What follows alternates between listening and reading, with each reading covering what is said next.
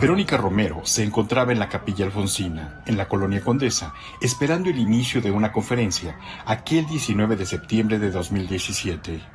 De pronto, el edificio comenzó a cimbrarse. Ya no pudo salir del inmueble. Era el sismo que, como una mala broma, se repetía en el mismo día de aquel fatídico 1985. Ella, como muchos otros periodistas en el país, reaccionaron entre la confusión y el desastre para llevar a cabo su labor noticiosa. Sin mayor contacto con su redacción o familia, su primera cobertura fue en la colonia Lindavista.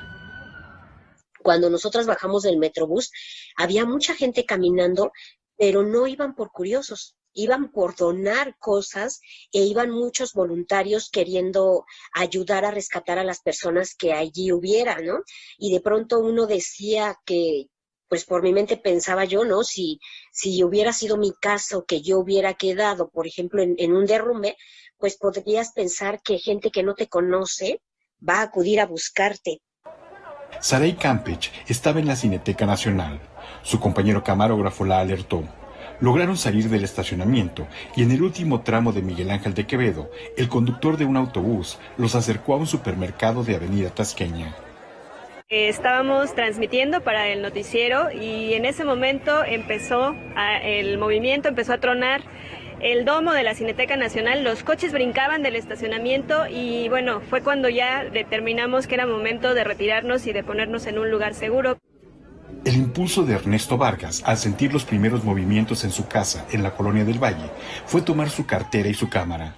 Caminó por Avenida División del Norte hacia el centro de la ciudad, esperando llegar a la casa de sus familiares, en la zona de Indios Verdes. De camino, fue registrando el desastre.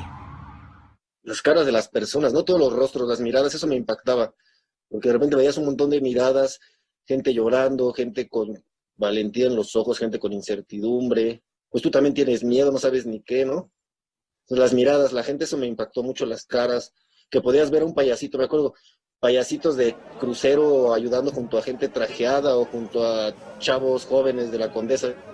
Los tres periodistas culturales reconvirtieron su labor ante la situación. Entra la otra adrenalina, que es la adrenalina periodística, porque piensas y dices, tú y yo trabajamos para un medio cultural, y tú dices qué noticias culturales pueden existir en medio de esta contingencia, ¿no?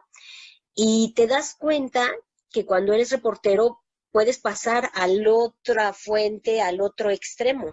Fuimos al multifamiliar, que fue tremendo lo que pasó en Tlalpan, y nos quedamos ahí hasta después de medianoche y pues nada, es darte cuenta que esta profesión nos escogió de alguna forma para entregarte por completo a historias en las que logras separarte, y yo no regresé a mi casa hasta días después, porque al otro día fui a Xochimilco.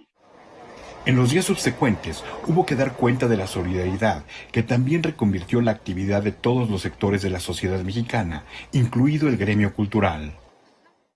También después vinieron las reacciones de la comunidad artística, que era que empezaron a hacer en los teatros centros de acopio, que empezaron a entretener a los niños de las mamás que tenían que salir a trabajar o que tenían que ir a buscar gente que tenían herida. No solo en el sismo, en la pandemia, cantidad de autores, de creadores, pues se volcaron en liberar libros, subir sus cortometrajes, películas, hacer obras de teatro gratuitas en línea.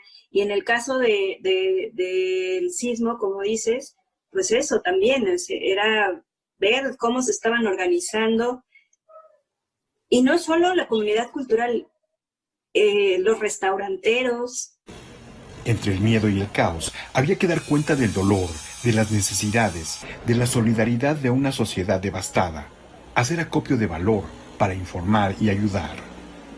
Lo que me genera siempre un echar pa'lante es ver la solidaridad de todos, ver la forma en la que todos respondimos, la gente, estando en el multifamiliar, te llevaban el café, que las tortas, Sí hay momentos de tensión, ¿no? En el que, por ejemplo, cuando nosotros estábamos grabando y tal, en lugar de grabar deberían de ayudar a sacar piedras. ¿Y qué más me impacta? Que al paso del tiempo, mucha de esa gente, ¿cuántos años han pasado? Y apenas en el caso, por ejemplo, del sur, apenas van recuperando lo que son sus casas. Eso es lo que más me impacta, el dolor humano, y que a pesar de la solidaridad que todos podamos mostrar al principio, la gestión y recuperación de sus lugares sea tan lenta. A 3 años del sismo del 19 de septiembre de 2017, de aquel que le antecedió el 7 de septiembre de ese mismo año y del registrado el 16 de febrero de 2018, Verónica, Saray y Ernesto reflexionan sobre lo que la sociedad mexicana obtuvo de esa lección y lo que aún tenemos que aprender. Nuestro papel es seguir informando, nuestro papel es seguir, no nada más en el medio cultural, lo hemos demostrado en este tiempo de sismos, lo hemos demostrado ahora en este tiempo de pandemia, que bueno, seguiremos haciendo periodismo en las condiciones en las que habrá que hacerlas, ¿no? La otra parte que es triste y que tal vez la que deberíamos de aprender muchísimo, sobre todo en este momento en el que estamos viviendo, es que esa solidaridad no se termine, ¿no? Que logremos transformarla en algo más para que no pase el momento y después pues volvamos a ser, con el perdón de la palabra, los ojetes de siempre. Y creo que nos falta empatía. Creo que de repente, sí, cuando pasa algo todos nos ayudamos, pero tú lo viste, van pasando los días y vuelve a una normalidad y se va olvidando. Entonces eso creo que es algo del ser humano. Tenemos que tener un poquito más de empatía. Creo que en México, si tuviera empatía, sería muy distinto. Noticias 22, Víctor Gaspar.